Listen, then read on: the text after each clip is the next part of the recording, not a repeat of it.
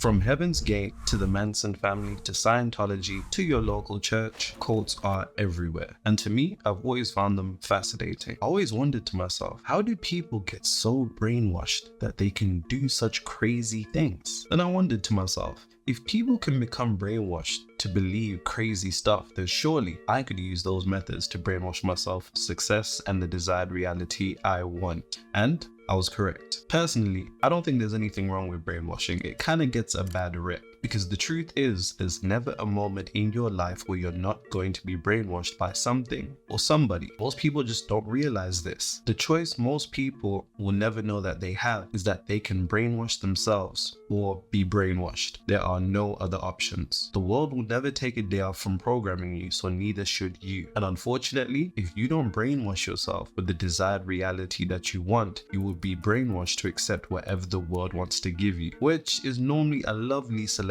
of the finest poverty, scarcity, misfortune, and failure. Delicious. Self-brainwashing gives you the opportunity to live life by design instead of default, like every other person you know. Now, if you really want to brainwash yourself for your desired reality and success, then come join the 21st Century Alchemist community. We'll take care of you. Anyways, now I'm going to give you real-life cult tactics used to brainwash other people. Now, please guys, these tactics are very powerful and also very dangerous. So please, try your hardest not to use them on other people. I'm begging you. I do not want to be an accessory to crimes. With that being said, let's get into it. Cult tactic number 1. Demonize the non-believers. They're misled. They're demons. They're not going to be saved. They're non-believers. Stay away from them and their worldly behavior. A key cult tactic that you can use to brainwash yourself for the reality you want is identifying and demonizing the non-believers. Every cult or group has its enemies, whether they realize it or not, and these enemies embody everything that the cult dislikes, which basically is just not believing the same thing as them. If you don't believe what I believe, then you're a heathen and your soul is lost and you're going to burn for eternity. They perfectly demonize everybody outside of their belief system because this creates a clear polarization, so you want to be nothing like them. After all, why would you want to be misled? Why would you want to be a demon? Why would you not want to be saved? Why would you want to be a non-believer whose soul is lost? But here's the thing, before you can demonize people, you must first clearly know what the reality you want entails. It must have crystal clear clarity, because if it doesn't, you can't specifically define what you want, which means you won't be able to define what you don't want. Now here's the thing, after you clearly define the reality that you want to materialize, then you can define who the ops are. Now for those who might be a bit older, ops just mean opposition. Now that you have your ops clearly marked out, you can learn to despise the life that they live. For example, the poor despise the rich, Muslims despise the kafirs, fit people despise fat people, the KKK despises black people, the USA despises China and Russia, but the online entrepreneur gurus, they despise the 9-to-5 slave system. For me, I despise those people who let other people create their realities. So mark them out clearly, because why do they wish to live such a terrible life? Why do they wish to live a life without meaning? Once you can cultivate hatred for the life that they live, every time you partake in that behavior, you will feel disgusted with yourself so bad that you will not want to do that again. It will literally stimulate the same areas in your brain that are associated with pain. The more that you train yourself to dislike their lifestyle, the more neural pathways in your brain become solidified, which means the more you shift towards embodying the true reality you desire. Very soon, even talking with these demon non-believers will sicken you to your core, and then you'll know that you have successfully brainwashed yourself. Cult tactic number 2, information isolation. Talking to some people feels like you're talking to a brick wall. It's like nothing that you're saying is actually hitting their brain, but ironically runs into a brick wall. You know exactly what I'm talking about. You try to convince a loved one of a different perspective, maybe a different belief, or maybe poked at theirs, and bam, it's a brick wall in your face. Truth be told, it's not their fault. It's just cognitive dissonance taking place. Cognitive dissonance is when your brain hurts because two different opposing ideas or something anything that doesn't align with what you believe strikes the areas of your brain that's associated with identity. It's almost like having a puzzle piece that doesn't fit, so it makes you feel funny until you can find a way that make it fit or change your mind, even if it's a factual truth. Cognitive dissonance arises because our ideas merge with our identity to the point where people can't separate their belief from who they are. So once you attack their belief, the areas of their brain associated with identity light up and they feel like you're personally attacking them. And if you've ever questioned someone's belief system, you'll know exactly what I'm talking about. Now here's the thing. This brings us to the second key cult tactic that you can use to brainwash yourself for the reality you want. You have to understand that cults keep tight control on the information that they allow their members to hear. They limit their exposure to alternative viewpoints or critical, factual information. In other words, anything that doesn't align with cult beliefs is wrong. Anyway, so what's the point in even hearing it? It's nonsense. Get out of here. Go on, get.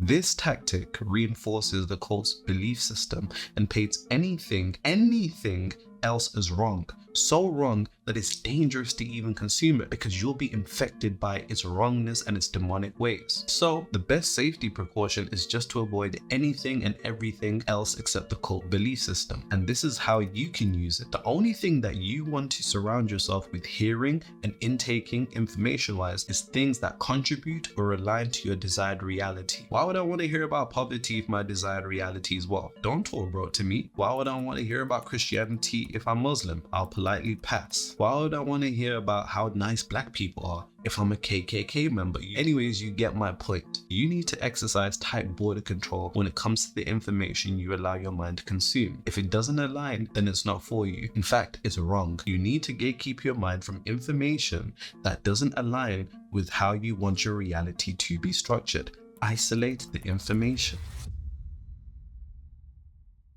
Cult tactic number 3. Keeping cult business in the cult. What could a misled non-believer possibly understand about the truth? There's no point in even talking to them about our beliefs until they're ready to be saved. Most cults operate on a need-to-know basis, which brings us to the third key tactic that you can use to brainwash yourself for the reality you want. Keep cult business in the cult. You see, the way cults are set up is to make them think that everybody in the world is brain dead, they're lost zombies that want to infect them and bring them to hell. So cults are compartmentalized in terms of who does what. The recruiting members are equipped enough to deal with the zombies on the streets, and the true deeper knowledge within the cult is kept secret from the public until they're ready to be initiated. And that's exactly what you need to do. You need to keep your mouth quiet. Cult business is cult business. Your cult is your desired reality, and when it comes to that, you need to shut up. You're killing your chances of manifesting what you want and you don't even realize it. Keep what you're planning to manifest to yourself, because when you speak on it, you open up your mind to those brain dead, low vibrational zombies that want to infect our lovely cult. And the worst part is, people will never be able to support you beyond their own mental limitations, and they will drag you into their prison. The seed is no one else to waters except yours. So keep the cult business in cult business. This is exactly why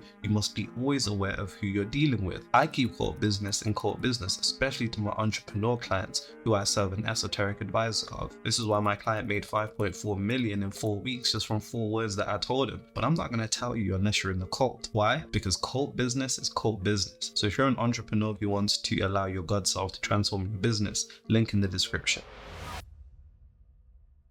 Final cult tactic. This one is the most powerful one yet. When I learned this brainwashing technique, I was mind blown. I actually couldn't believe that cults actually get people to do this, but more so, I couldn't believe how effective it is. The final tactic that I have for you is thought stopping. Thought stopping techniques are a powerful form of mind control to further immerse members into the cult's belief system. Thought stopping is literally what it sounds like. Members are taught to stop thinking. It's designed to prevent critical thinking and discourage questioning of the group's beliefs or practices. So anytime that a doubtful or evil thought, which remember guys is just anything that doesn't align with the cult's belief, pops up, members are taught to immediately force think a word or a phrase that cuts off the air quotes negative thought from continuing even further. After all, you don't want an evil mind like the ops, do you? An example of this can be seen as follows. Evil thought pops up, which remember guys, it's actually so not evil, but this is how people are brainwashed, right? So an evil thought pops up that says, is what I believe really true?